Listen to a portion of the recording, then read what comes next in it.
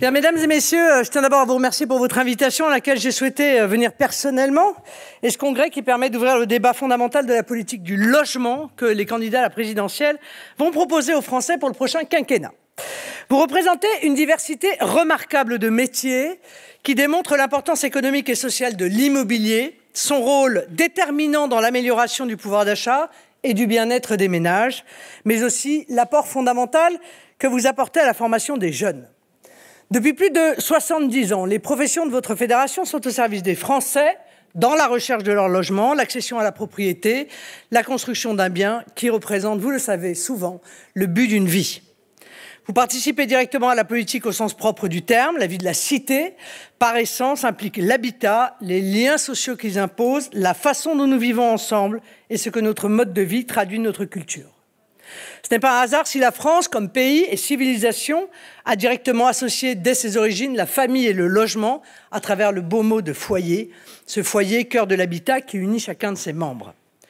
L'habitat symbolise la protection, la pérennité, la chaleur des liens familiaux permettant à chacun de nourrir ses projets, ses rêves et ses passions.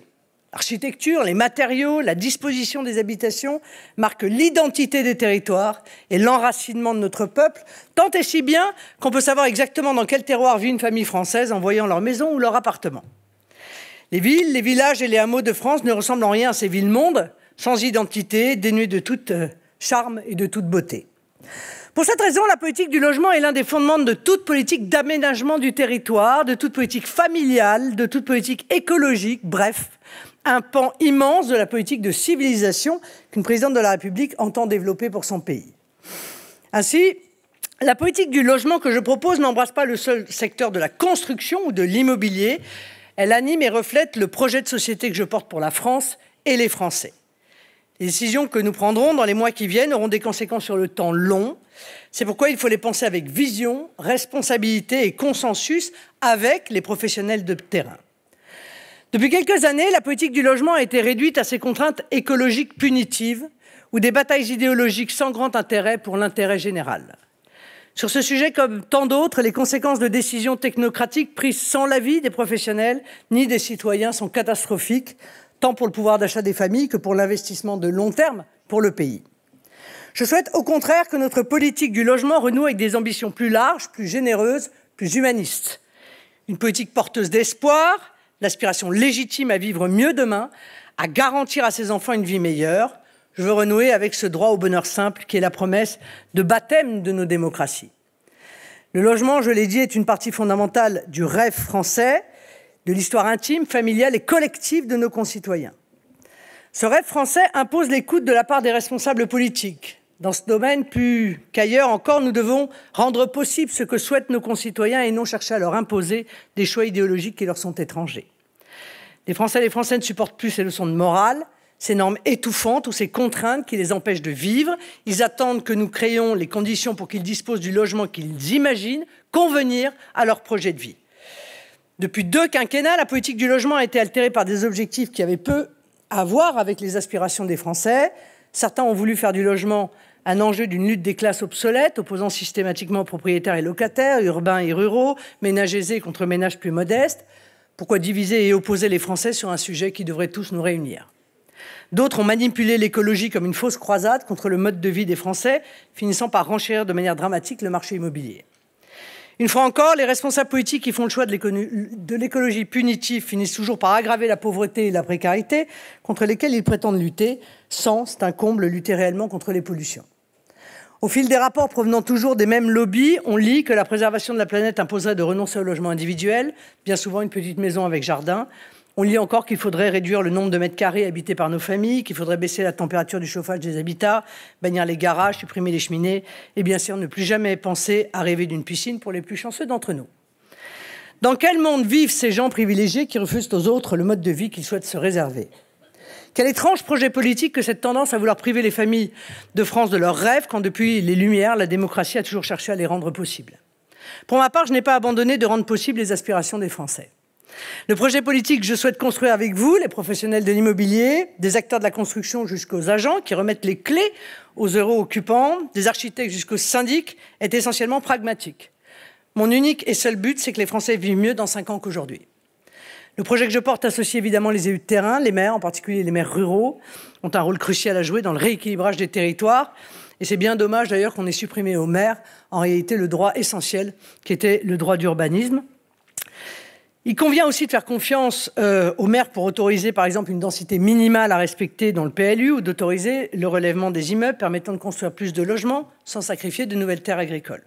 Ce sont des propositions pertinentes faites par la FNAIM, j'y souscris. Le premier axe de mon projet sera de renouer avec la France des propriétaires. De l'acquisition de son logement reste l'objectif essentiel de nos compatriotes, mais aussi un choix de bon sens pour les pouvoirs publics. Nous connaissons tous les vertus d'une nation de propriétaires, véritable idéal sur lequel s'est fondée la France à travers les siècles jusqu'à la République. Devenir propriétaire est non seulement le moyen de réaliser ses projets personnels et familiaux, mais aussi de s'enraciner dans un territoire, d'associer le bien commun à son bonheur individuel. Devenir propriétaire est aussi l'assurance de se constituer un capital et de protéger son pouvoir d'achat en cas de coup dur, mais surtout pour sa retraite. Nous savons toutes les difficultés que rencontrent les personnes avec des retraites modestes qui ne sont pas propriétaires de leur logement. L'accession à la propriété n'a pas progressé depuis près de 10 ans. 57,5% des Français sont propriétaires, un chiffre qui stagne depuis 2013. C'est un échec très lourd pour les 2 derniers quinquennats qui s'achèvent, un contresens politique, une aberration économique. Les taux d'intérêt très bas dont nous bénéficions depuis des années auraient dû permettre, sans aucun soutien d'argent public, de favoriser largement l'accès à la propriété des classes moyennes et des plus jeunes. J'estime qu'il serait de bonne politique que l'État renoue à nouveau avec une vision stratégique qui impose d'anticiper les grands mouvements macroéconomiques plutôt que de les subir par négligence ou incompétence. Par ailleurs, afin de faciliter l'acquisition des biens, je propose d'encourager l'innovation financière pour déployer des offres de prêts touchant les jeunes actifs et les classes moyennes modestes. Quand un couple débute dans la vie à 30 ans, ils ont la vie devant eux pour amortir, au pire, un prêt au-delà de 25 ans.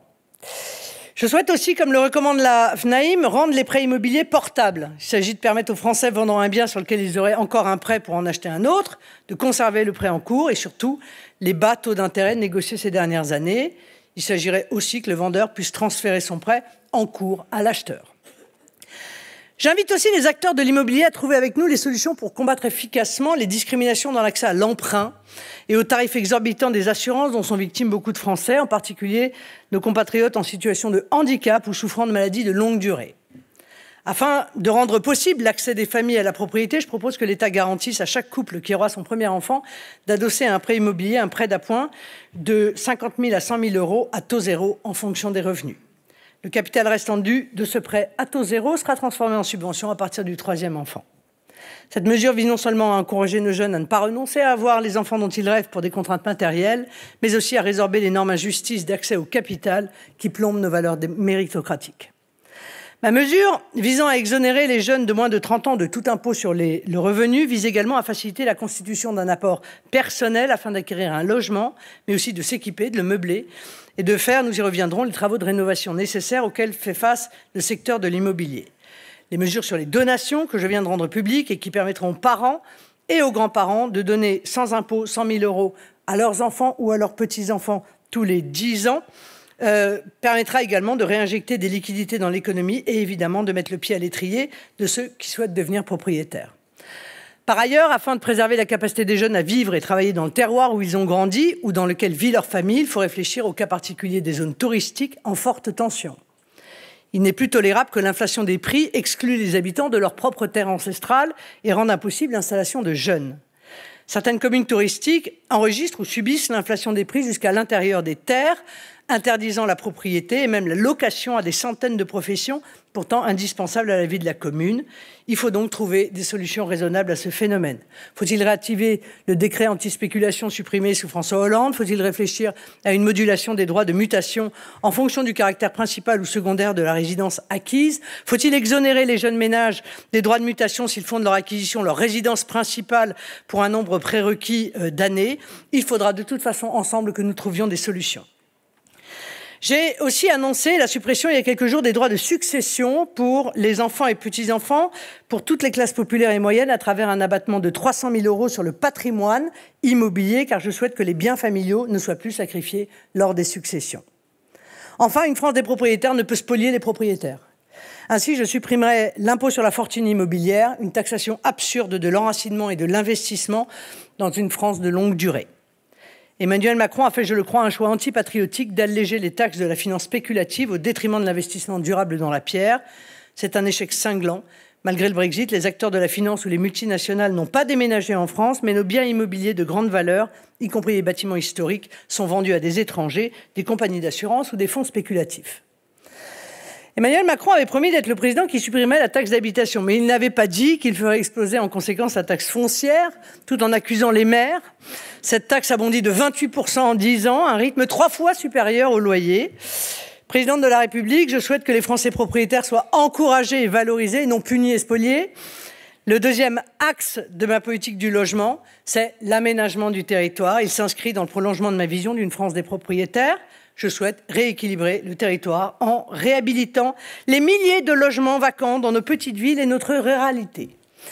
Il s'agira d'une véritable politique de civilisation qui vise à rendre aux Français leur propre pays déséquilibré par des dirigeants obsédés par quelques métropoles au détriment de l'essentiel de nos territoires abandonnés. Cette ambition pour la France est d'autant plus adaptée qu'elle répond à une aspiration de nos concitoyens largement exprimée depuis le confinement. Cette période terrible a pu agir comme une sorte de prise de conscience du mal-être de millions de Français qui ont réalisé qu'ils seraient bien plus épanouis en vivant dans nos villages ou dans nos petites villes. Il s'agit non seulement de solutions concrètes à la crise du logement, mais une politique dont les effets positifs sur la société seront considérables.